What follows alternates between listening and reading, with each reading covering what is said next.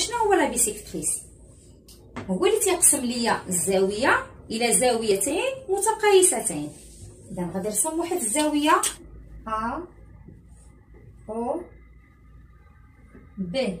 ناخذ البركار، غادي نوضع الراس ديال الابره هنا في او، ناخذ الفتحه غير صغيره، غندير واحد القوس هنا ثم قوس هنا، وغادي نوضع هنا الراس ديال الابره مره اخرى هنا، وغندير قوس هنا، نوضع الراس ديال الابره في هذا القوس اللي رسمت هنا، ثم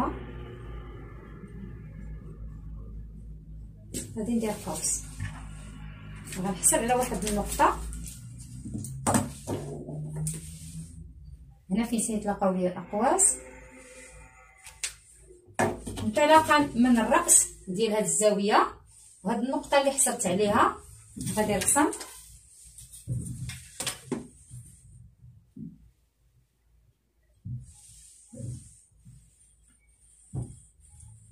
كرسم مستقيم او نصف مستقيم اللي كيقسم ليا هاد الزاويه الى زاويتين متقايستين. هاد الزاويه كتكون كتقايس ليا هاد الزاويه. ثم للاشاره الا كانت شي نقطه كتنتمي ليا لهاد مثلا النقطه هنايا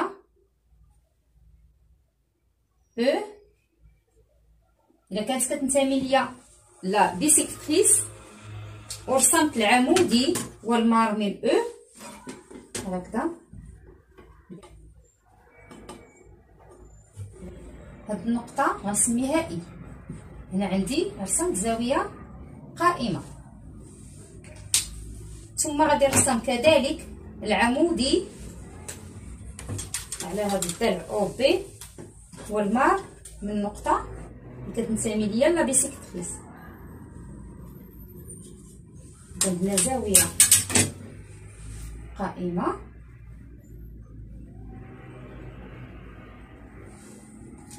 غنسمي هاد النقطه جي، فكتكون عندي هاد المسافه نوضحها لكم بالاحمر، المسافه او اي كتساوي لي المسافه او جي. كتحتاجوا هاد الخاصيه في بعض التمارين، كتكون هاد المسافه كتساوي لي هاد المسافه. دابا باش نرسموا لا بيسيكتريس دان تريونغل غادي نرسم منصف الزاويه ا، لا بيسيكتريس دو لونغل ا.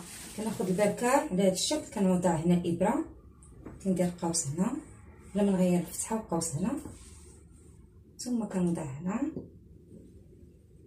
ندير قوس على هذا الشكل، قوس هنا من هذه النقطه ندير قيس والراس ديال الزاويه هذا النصف المستقيم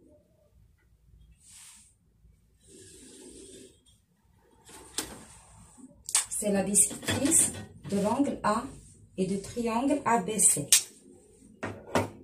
كتقسم لي هاد الزاويه الى زاويتين متقايستين. اذا هاد الزاويه كتكون كتقايس ليا هاد الزاويه. الان غادي نرسم لا بيسيكتريس دو لونغل بي، منصف الزاويه بي. كنوضع الراس هنايا قوس بنفس الطريقه، متنبدلش الفتحه، ثم هنا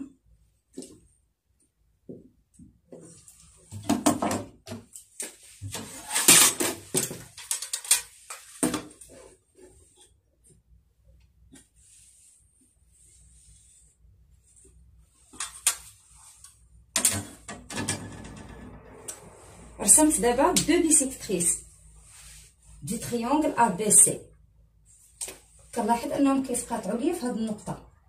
اذا بلا ما نرسم منصف الزاويه سي تروازيام بيسيكتريس راه مباشره تيمر ليا من الراس ومن هذه النقطه اللي تقاطعوا ليا فيها هاد جوج منصفات.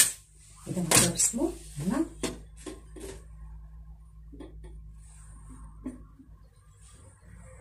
على هذا الشكل، تقاطعوا ليا في هذه النقطه. هذه النقطه كنسميها لو سونتر دو سيركل انسكري او تريونغل ا بي سي، هو مركز الدائره المحاطه بالمثلث. المثلث هو اللي كيحيط بالدائره. اذا باش نرسم هذه الدائره كناخذ العمودي والمار من هذه النقطه. اذا سميت هذه النقطه مثلا او، هي فين تيتقاطعوا ليا فيها المنصفات بثلاثه، كنرسم العمودي والمار من او باش كنوجد الشعاع ديال هذه الدائره. تكون عندي هنا زاويه قائمه، هذا هو الشعاع ديال الدائره.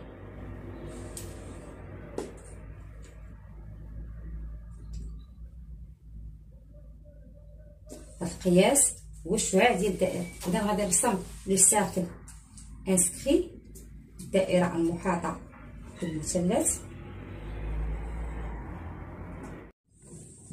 غادي نسمي هذه الدائره سي. سي لو سيركل انسكري au triangle ABC. سي لو سيركل هي الدائره المحاطه بالمثلث. لاحظوا هنا المثلث هو اللي كيحيط بها. لو سيركل انسكري au triangle ABC.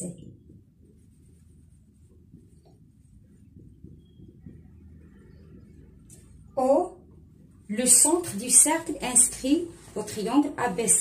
O هو مركز الدائرة المحاطة بالمثلث. O le centre du cercle inscrit au triangle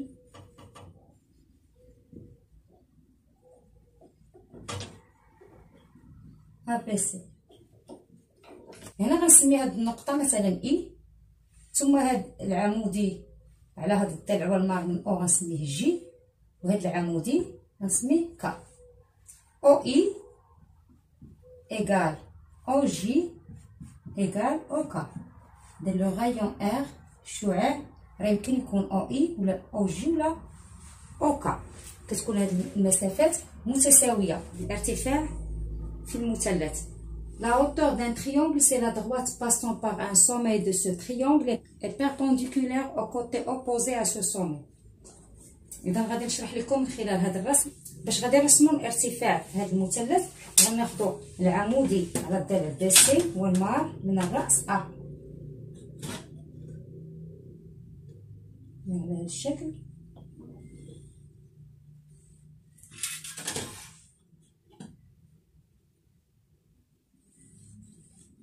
إذا الارتفاع كيكون كيمر من الرأس ثم من الضلع المقابل لهذا الرأس، تكون هنا زاوية قائمة. غادي نرسم الآن الارتفاع الثاني في هذا المثلث. كل مثلث عنده 3 ديال الارتفاعات، 3 hauteur.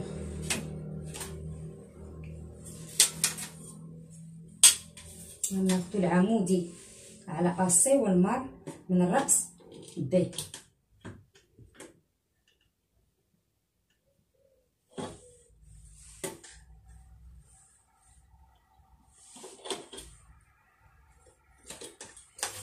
هنا زاوية قائمة. الآن غادي نرسمو العمودي على الضلع أ بي والمار من سي على الارتفاع الثالث.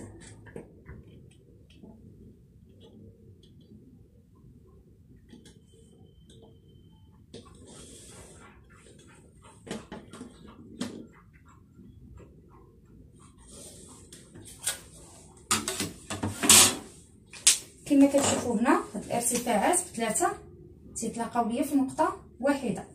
هاد النقطه كنسميها لورتو سونتر دو تريونغل ا بي سي، كنسميها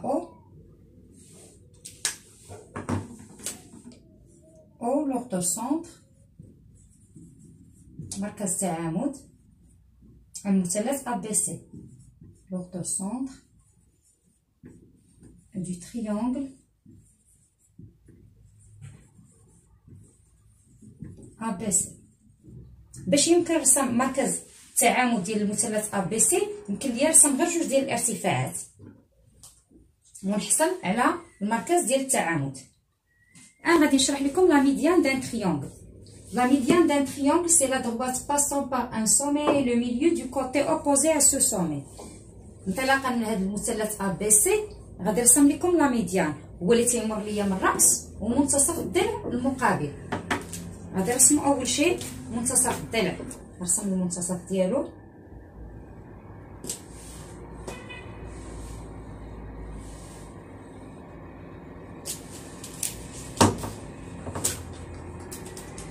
هذا المنتصف كيكون كيمر ليا انطلاقا من هذه النقطه وهذه النقطه. هذه النقطه هي منتصف الضلع ا بي.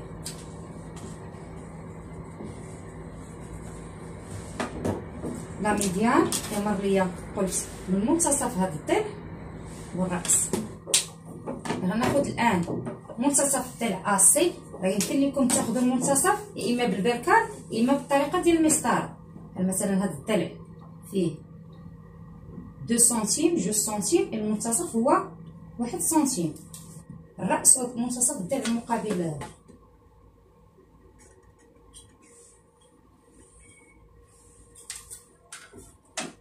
نفس الشيء بالنسبه ثوازيام ميديان.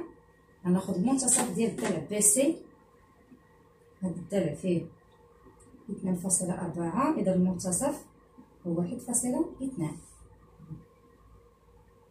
الراس ومنتصف الضلع المقابل له.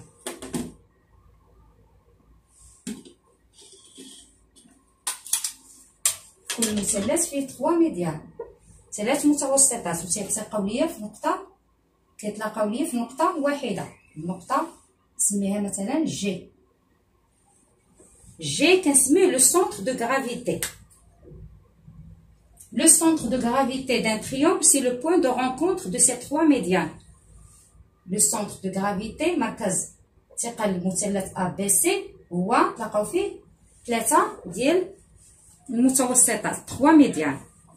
غادي ناخذوا منتصف ديال بي سي نسميوه ا بريم، منتصف ديال ا سي بي بريم، منتصف ديال ا بي نسميوه سي بريم. غادي نوريكم واحد القواعد اللي غادي تحفظوهم باش تطبقوهم الا عطاوكم تحسبوا شي مسافه. عندنا جي سونتر دو غرافيتي فين تيتلاقاو ليا لي 3 ميديان دان تريونغل متوسطات مثلث، فان ا جي مسافه ا جي كتساوي ليا 2/3 ا بريم، ثم ا بريم جي كتساوي ليا 1/3 ا بريم ا. ثم الا عطاوكم مثلا تحسبوا بي جي، المسافه بي جي هي 2/3 بي بي بريم. 2/3 بي جي كتساوي 2/3 بي بي بريم. بالنسبه لبي بريم جي، بي بريم جي كتساوي 1/3 بي بي بريم. بي بريم جي كتساوي لي 1/3، هاد المسافه الكبيره. بالنسبه للمسافه سي جي هاي هنا كتساوي لي 2/3 المسافه سي سي بريم، وهاد سي بريم جي كتساوي 1/3 المسافه الكبيره سي بريم سي. اذا حفظوا هاد القواعد باش لو كان عندكم لو سونتر دو غرافيتي يمكن لكم وعطاوكم تحسبوا شي مسافه تاخذوا القاعده اللي غادي تناسبكم وتعوضوا فيها. كنتمنى تكونوا فهمتوا هذا الدرس.